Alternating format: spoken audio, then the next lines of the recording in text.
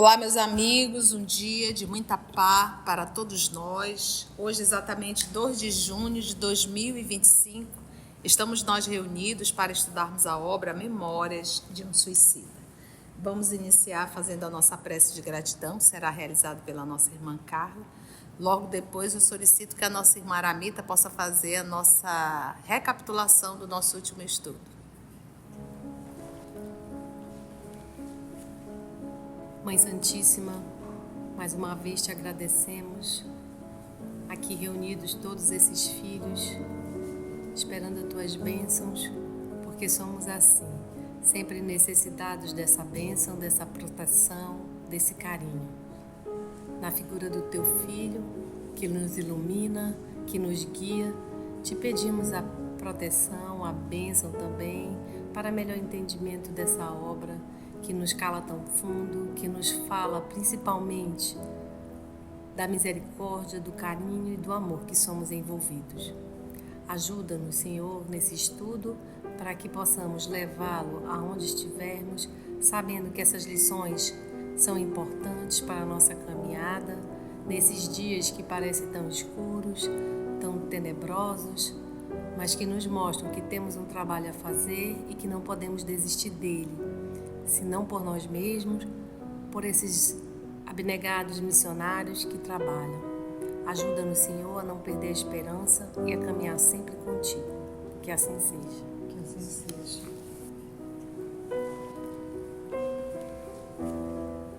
Em nosso último estudo, nós começamos um novo capítulo, ou seja, uma nova visita dos internos que foram liberados do hospital. E eles foram visitar agora o isolamento. E no isolamento eles vão rever, o Jerônimo Araújo da Silveira, que era o importador de vinhos que se suicidou com um tiro na cabeça. E a gente ficou sabendo que os internos do isolamento, as dores deles eram impostas pelo desânimo e pela revolta, e que eles mesmos, dilatavam os sofrimentos que eles julgavam insuportáveis. E o isolamento, que ele falou que era especializado nos casos sentimentais, ou seja, aqueles que se sentiam demais, com um gravíssimo complexo, com enfermidade moral. E qual era a característica deles? Invariavelmente insatisfeitos. Será que lembra algo de nós, Eternos insatisfeitos e voluntariosos. O que é uma pessoa voluntariosa? É que a vontade dela tem que ser feita. Porque não foi como eu quis? Por que comigo? Ai, por que eu sofro tanto? Ai, então, a gente vê que os casos do isolamento são bem parecidos conosco, E são aqueles que, o que é que eles precisam, Qual era o ensinamento deles? Porque em todos os lugares se tem ensinamento. Como a gente viu no manicômio, o ensinamento era as lições de Deus, de falar. A gente viu no isolamento a lição do Penalva, que estava lá preso há 30 e pouco, a Genô Penalva, uma pessoa especializada a conversar com ele sobre todo dia, que era o Guzmán, sobre Jesus. E no manicômio eram as noções básicas de falar do Cristo, da vida, das leis. E no isolamento a lição é o quê? Resignação na desventura, resoluções decisivas para renúncias inalienáveis, reconciliação com a verdadeira fé cristã. E isso fica para nós porque, assim, todos nós, nos dizemos cristãos que acreditamos em Cristo. Mas quando a necessidade nos aperta, o que vem junto? O desespero. O desespero, o pavor, a dor. Isso pode vir na revolta, E o voluntarioso que se queixa, quer dizer assim, por que não comigo? Por que comigo? Quando a gente está no bem, a gente não se questiona. Mas acontecer um desviozinho do caminho que a gente começa a se questionar. E ele vai dizendo que precisa ter essa reeducação, e isso é feito no isolamento, essa reeducação de mentalidade. E que a gente não precisa esperar o desencarne, a gente já pode começar a se reeducar desde agora. E a gente também conheceu, né, ficou sabendo que quem era o diretor, né, o maioral da comunidade, que era o Padre Miguel de Santarém. Estamos aí, tia. Vamos lá conhecer. É ele que vai falar? É o Padre Miguel que vai começar. Cientificado do desejo que trazíamos de visitar um amigo ali retido, após a visitação, quem é o amigo ali retido? Jerônimo. Muito bem. Cujas minúcias omitiremos por apresentarem a generalidade das demais, Padre Miguel de Santarém, maioral da comunidade, exclamou bondosamente entre risões satisfeito: Fizestes bem em vir, meus filhos. Agradeço-vos o afetuoso interesse por um companheiro de jornada tão carecedor de reconforto como esse em questão. Visitar o enfermo, reanimar, com a presença consoladora, o pobre detento entristecido pela angústia de remorsos implacáveis. É obra meritória sancionada pelo modelo divino, amigo dos pobres e pequeninos. Jerônimo ficará satisfeito. Mandá-lo-ei chamar imediatamente. Ah, que legal. Enquanto falava, reconhecíamos nele o religioso que confortara o antigo mercador de vinhos, na memorável tarde da visita à família, havia cerca de 3 anos. A nossa irmã Carlinha vai recordar esse encontro, né, do Padre Miguel de Santarém com o Jerônimo. Quando ele voltou da visita que ele exigiu fazer na terra, que ele foi acompanhado, que ele voltou muito transtornado pelo estado que ele encontrou os familiares, ele pediu que ele queria falar com um padre, ele queria se confessar, falar com um padre. E aí o irmão Teócrito providenciou um confessor para ele, que foi o Padre Miguel de Santarém. E de lá ele já foi para o isolamento. Já foi para o isolamento, né?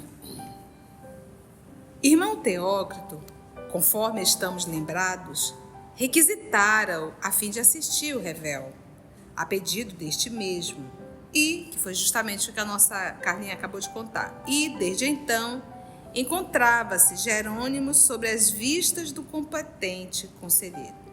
Enquanto aguardávamos a presença do companheiro de desditas, ia dizendo o diretor do isolamento: Vosso amigo entra em fase de transição, precursora do restabelecimento. Podereis apreciar nas circunstâncias que o rodeiam o padrão dos demais internos do nosso educandário, pois o isolamento se interessa por casos que têm, mais ou menos, os mesmos fundamentos, como não deixa de também suceder com as demais organizações do nosso Instituto. Após vencer a apatia ao que o conduziram às revoltas improfícuas, resultantes das desilusões cruciantes, estará preparado para a repetição das experiências em que fracassou. Encontra-se sob assistência rigorosa, como é devido a todos que nos são confiados, pois seu invólucro perispiritual, assim a própria mente, carece de profundos cuidados. Ao corpo clínico destacado para o serviço deste posto, está afeto o tratamento daquele, o qual se resume em aplicações magnéticas especiais. A esta, porém, atendemos com as atenções inspiradas nos estatutos da Legião, que, no caso, aplica a reeducação, tratamento inteiramente moral, porque o mal que Jerônimo infelicita, como o que o atormenta a vós outros, somente com a renovação individual, operada interiormente pelo próprio paciente, será removido. Essa mazela, essa dor, essa culpa, essa renovação, só quem poderá fazer é cada um, que é o nosso mundo íntimo, só nós. Então, por mais que o Wesley chegue aqui e converse, a gente vai conversar, a gente vai dar material, mas quem vai fazer o trabalho íntimo é o Wesley. Por isso é a fala de Jesus: buscai e acharei, batei e a porta vos será aberta. Então, Jesus sempre nos mostrando que é necessário que nós venhamos a fazer um movimento de renovação. A gente está ouvindo aqui essa palestra, a gente está ouvindo o nosso estudo, a gente pode estar ouvindo no canal em casa, e a gente acha tudo isso muito legal, mas no mundo íntimo, só quem mexe é você. O processo de mudança é individual e intransferível, né? É a famosa história das parábolas das 10 virgens, né? Cada um tem que ter o seu azeite próprio, não tem como você dar para o outro. Cada um tem que ter o seu, que é para manter essa chama acesa, né? Continua ainda o Padre Miguel de Santarém. A paixão mórbida, que desequilibradamente nutriu pela esposa e pelos filhos, prestou-se a instrumento para as grandes expiações que os seus entes queridos tinham em débito nos assentos da lei de justiça que rege os destinos humanos. Jerônimo amava egoisticamente, desorientadamente, entrincheirando o coração contra toda a possibilidade de amparo que a razão e o lúcido raciocínio poderiam conferir. E, como não deveis ignorar, cumpre-nos estar sempre advertidos de que, nem mesmo aos próprios filhos, deverá o homem amar discricionariamente, com os impulsos cegos da paixão. Olha que interessante. Como ele era um comerciante de vinhos, ele acabou falindo. E a miséria, a dívida, tudo isso fez com que ele não resistisse e cometesse o suicídio, deixando a família. Então, o que o senhor Miguel de Santarém, o padre Miguel de Santarém, está aqui nos trazendo? A falência estava prevista? Estava. Era um fato, era um processo expiatório dele. E, de certa forma, ele também contribuiu. Mas se ele contribuiu, isso fazia parte por isso, que ele precisava passar por essa lição. Faz parte. Mas também a família junto não veio por um mero acaso. A família também estava no processo expiatório. Então era algo coletivo. Todos teriam que passar por esse processo doloroso, que foi realmente muito doloroso. Mas não estava na programação ele cometer o suicídio. Estava na programação ele passar por esse processo expiatório. Tanto ele quanto a esposa e as filhas. Mas ele não suportou a ideia da pobreza. E aí optou em cometer o suicídio. Entendeu? Mas é isso que a gente tem que entender. Por mais que esteja ali junto à família, ninguém ali é vítima. Tudo ali está interligado, porque tudo isso é um processo de aprimoramento. E outro ponto interessante nesse parágrafo é quando ele fala da paixão mórbida. O que é mórbido? Adoecido, de morbidez, de doença. Mas aí, por que ele colocou a palavra mórbido para paixão? A gente estuda no livro dos Espíritos que existe a paixão boa e a paixão má, né? Por exemplo, o apóstolo Paulo era um homem apaixonado? Era. Tudo que ele faz é com muita paixão. Mas, obviamente, ele escolhe o bom. Da mesma forma, quando ele foi doutor da lei, né? Então, a morbidez é algo que é o quê? Adoecido. É algo que é adoecido. Então, ele fala assim, é uma paixão que adoeceu. Que deselicadamente nutriu pela esposa e pelos seus filhos. O que é uma paixão que adoece? Primeiro que ele nem usa o termo amor. Em absolutamente. Então, é aquilo que a gente falou no Evangelho de ontem. Todo sentimento divino, ele nutre a alma, ele acalma o coração, ele tranquiliza, ele nos traz uma paz interior. Qualquer sentimento que me tira a harmonia, que me desequilibra, que me enlouquece, isso não é amor, isso é paixão. E uma paixão mórbida que me adoece. Então ele diz, tia, então tá difícil, ninguém ama, é por isso que a gente nasceu. Porque todos nós, seres humanos, estamos encarnados para aprender uma única lição, amar-vos uns aos outros. A gente está tão acostumado com algo que é fisiológico, algo que é muitas vezes até grosseiro, que a gente, quando tem o sentimento do amor, a gente não consegue identificar. Então a gente rotula a paixão de amor, enquanto que na verdade é uma paixão e quase sempre patológica, quase sempre mórbida. E muitas vezes aquilo que é amor a gente não consegue identificar, de tão suave que é. Então o amor, ele nos traz... Primeiro que é de ordem divina. Então jamais alguém vai dizer estou sofrendo por amor.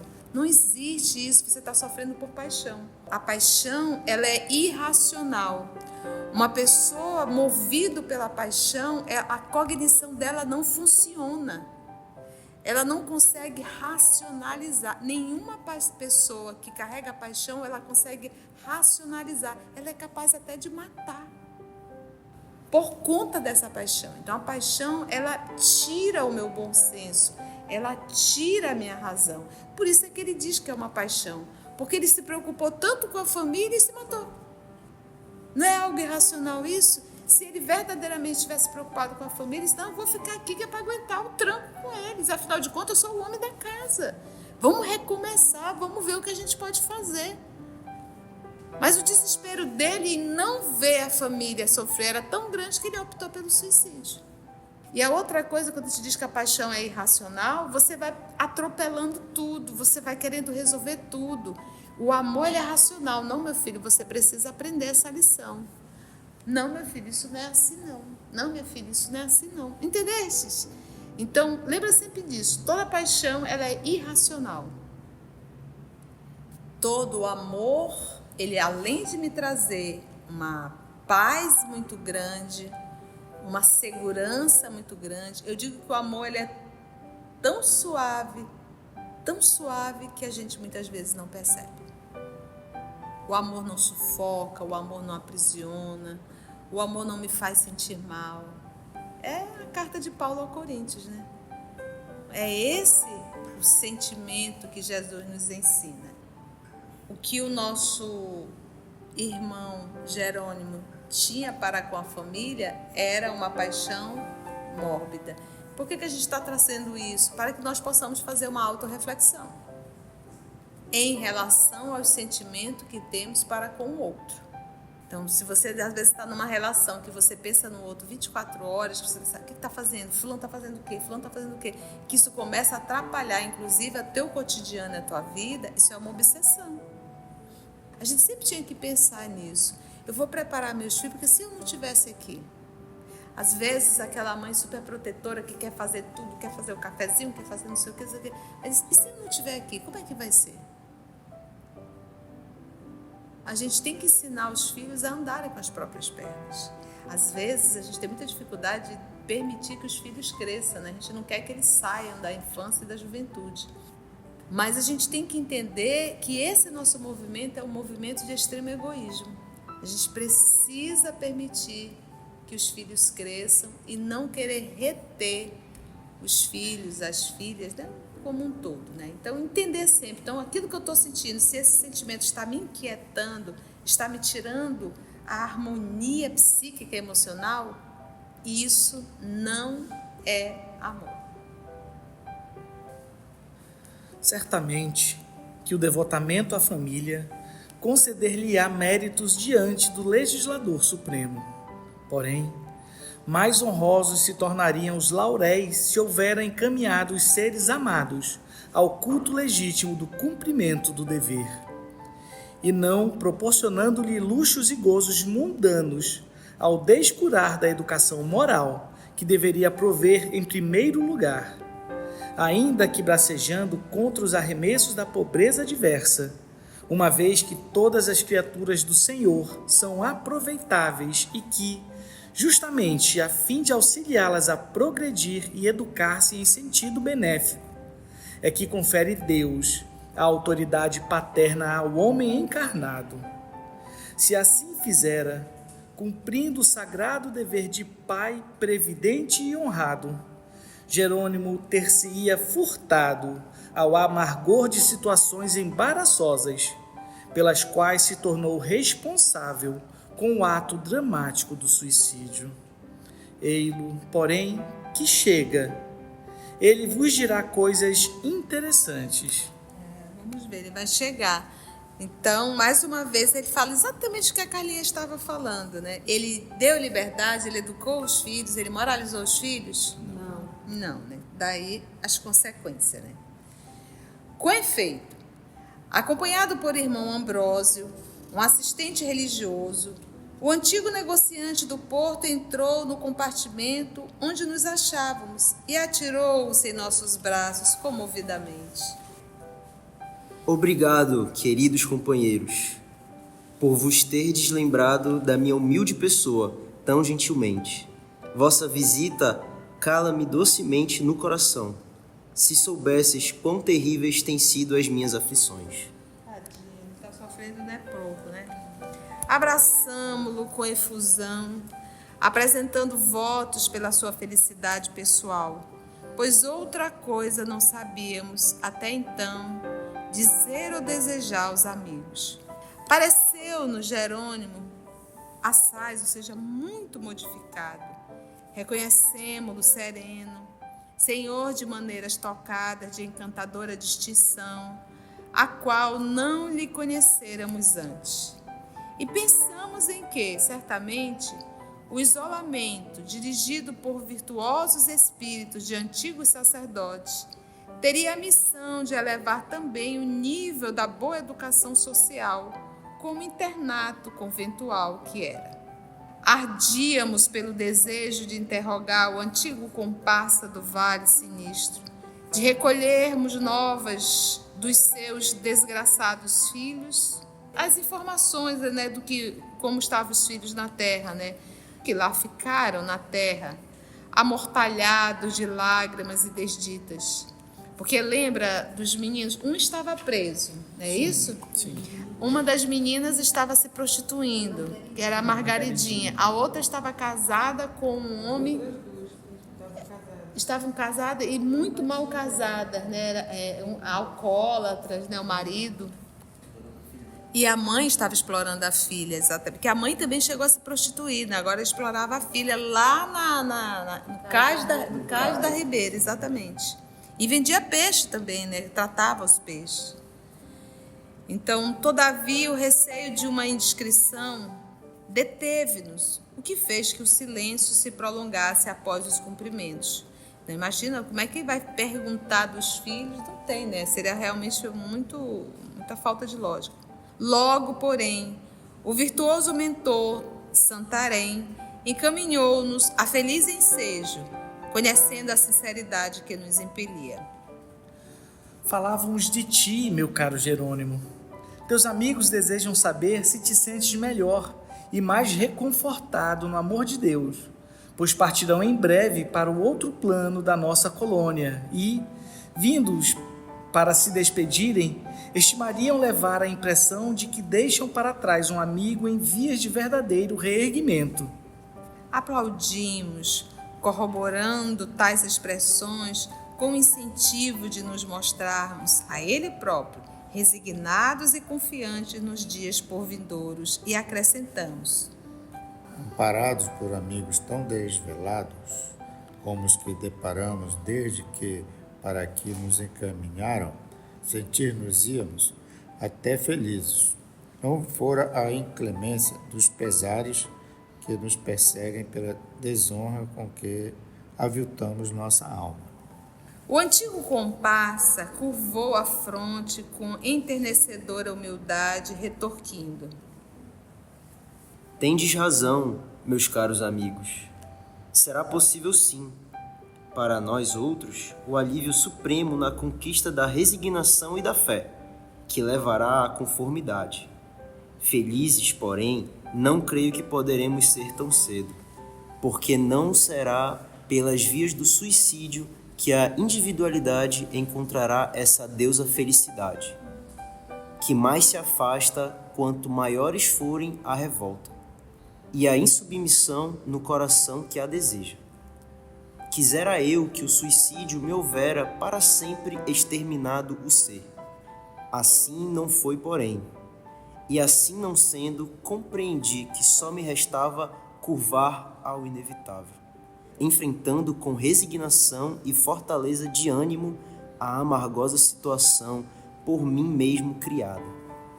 Devo a solicitude de irmão Santarém, a seus conselhos e exemplos edificantes, como aos seus abnegados imediatos e às regras verdadeiramente providenciais desta mansão educadora. A transformação que em mim se vem operando. Tal como vós, sorvi o meu cálice de fel. Traguei muitas amarguras entre uivos de desespero e blasfêmias de réprobo. Mas hoje me sinto outro indivíduo, a quem a confiança no amor do Ser Supremo ressuscitou dos escombros da mais nefasta descrença. Porque descrença mascarada com a hipocrisia da falsa fé, da afetação da virtude, as quais se mostravam com a ostentação convencional, o que se satisfaz a sociedade. Não aproveita, no entanto, nem mesmo para convencer o próprio que as simulou, quanto mais para edificar a sua alma perante o Criador. Gente, como ele amadureceu, né? Olha aí, quanta maturidade, processo de reflexão final que ele faz, né? Quando ele vai falar da hipocrisia, né? No começo do livro diz que ele era o mais rebelde e o mais indisciplinado do grupo. E ainda continua ele. Eu poderia ser feliz, meus amigos, de algum modo rodeado com a atenção destes nobres e excelentes protetores, instruído, fortalecido, confortado como me vejo por sua incansável caridade, convencido das lutas e deveres que me cabem, disposto a enfrentá-los quanto me acho. Mas cometi um crime de duras consequências, de consequências extensíssimas para mim e os meus. Contemplo-me carregado de falhas, e não me posso, de nenhum modo, sentir satisfeito em parte alguma, quando o arrependimento vivo e ardente flagela minhas horas, exigindo resgate imediato, a fim de que a serenidade me retorne ao coração, permitindo-me novos empreendimentos, dignificantes e honrosos, justamente o oposto dos atos de antanho. Sabe o que é antanho? É bem português mesmo, né? Passado. Devo confessar-vos que, como comerciante que fui, falido, arruinado, traindo a confiança de firmas honestas, com as quais mantivera compromissos, de instituições bancárias, cuja honorabilidade não levei ao devido apreço, e até das autoridades municipais, pois grandes prejuízos dei também às fiscalizações legais, como aos direitos alfandegários, visto que pratiquei não raras vezes o contrabando. Envergonho-me de tal forma por não me ter esforçado por sair honrosamente desse emaranhado de inferioridades. Pejo-me tanto de haver solvido tais compromissos, acobertando-me sob a macabra ilusão do suicídio, que o rubor só me desaparecerá das faces quando me for possível ser comerciante outra vez, a fim de solvê-los pessoalmente, digna, honestamente. Ó, que ato indecoroso cometi perante a sociedade, meus amigos. Eu devo e não paguei. Eu defraudei os sacrossantos direitos da pátria, da abençoada terra que vivi. Tenho compromissos vencidos, empréstimos, contas e mais contas, letras e mais letras a pagar, e nada resgatei até hoje. O peso desta desonra converteu-me os dias em torturas ininterruptas, a par das desventuras que, por minha incúria, atingiram meus filhos. Cenas do próximo capítulo, né? Então a gente percebe na fala do senhor Jerônimo já o seu processo de mudança. Ele já tem bem claro que ele tem débitos, né?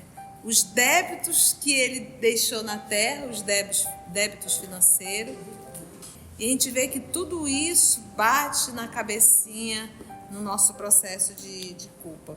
E é o que a gente estava estudando hoje na obra Cartas e Crônica, quando Pedro questiona Jesus sobre aquelas pessoas que estavam ali na Boa Nova, mas que estavam abusando, né? Se beneficiando, inclusive até financeiramente. E Jesus diz, eles já estão submetidos à lei. Todos nós estamos submetidos à lei. Então o senhor Jerônimo, quando ele fazia as suas coisas equivocadas, ele já está submetido à lei e já vai sofrer as consequências. Então não é algo que precisa ser punido, já está inserido na lei. Por isso que diz que a lei de Deus está gravada na nossa consciência. E ele fala que o remorso acompanha todas as horas dele. Ele não vai ser feliz enquanto ele não quitar essas dívidas. A própria consciência vai cobrando, né? Às vezes, eu, na minha ignorância ainda, né, acho que isso são as questões morais de lei divina, né? Mas aqui ele retrata também que se a gente está inserido numa sociedade, no mundo, hoje a gente reclama que no Brasil o imposto é caro, isso é caro, e aí existe a cultura da sonegação, né? Ele fala aqui também, né, disto, que vai ter que pagar até por isto também, né? Então, se nós estamos inseridos hoje nessa realidade, é porque temos que passar por essa realidade, né? Se temos que pagar impostos caros, que paguemos impostos caros e felizes. Como Jesus disse, eu já ia falar isso, né? Que dê a César o que é de César e a Deus o que é de Deus. Então vamos marcar aí onde nós paramos, que foi na última fala do senhor Jerônimo, né? E a próxima semana retoma com o padre respondendo a Jerônimo. Vamos fazer a nossa prece de gratidão?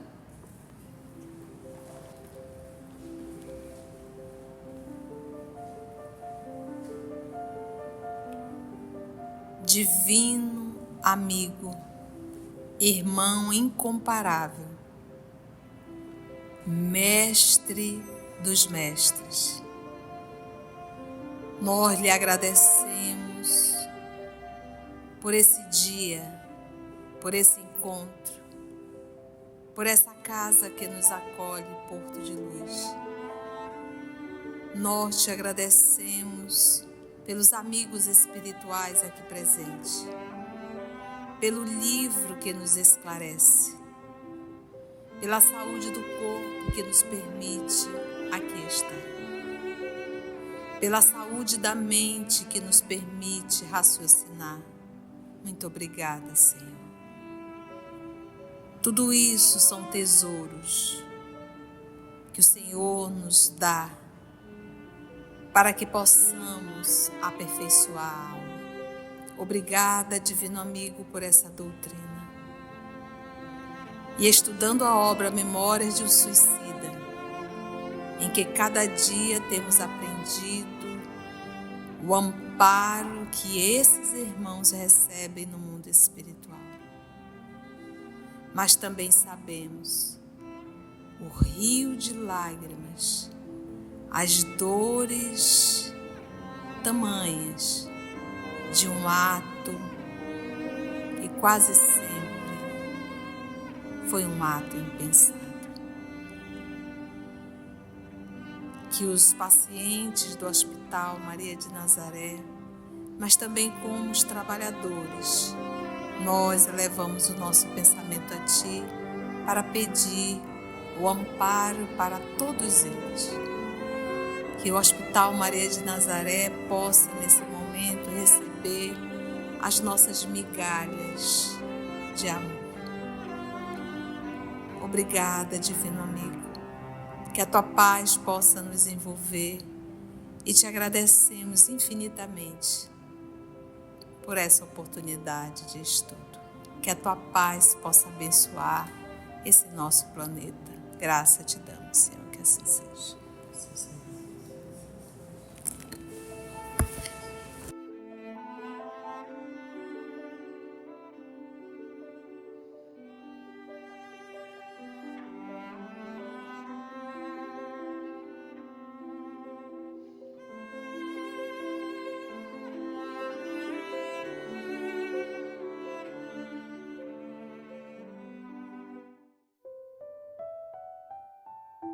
EOS Manaus. Estudando para servir ao Cristo. Visite nosso site em www.eosmanaus.org. No YouTube, procure o canal EOS Manaus. Participe do nosso grupo no Facebook. No Instagram somos @EOS Manaus. Escute e estude na Rádio Manaus de Estudos Espíritas. Estamos, também, em diversas plataformas de áudio. Procure EOS Manaus, no seu aplicativo preferido. EOS Manaus. Estudando para servir ao Cristo.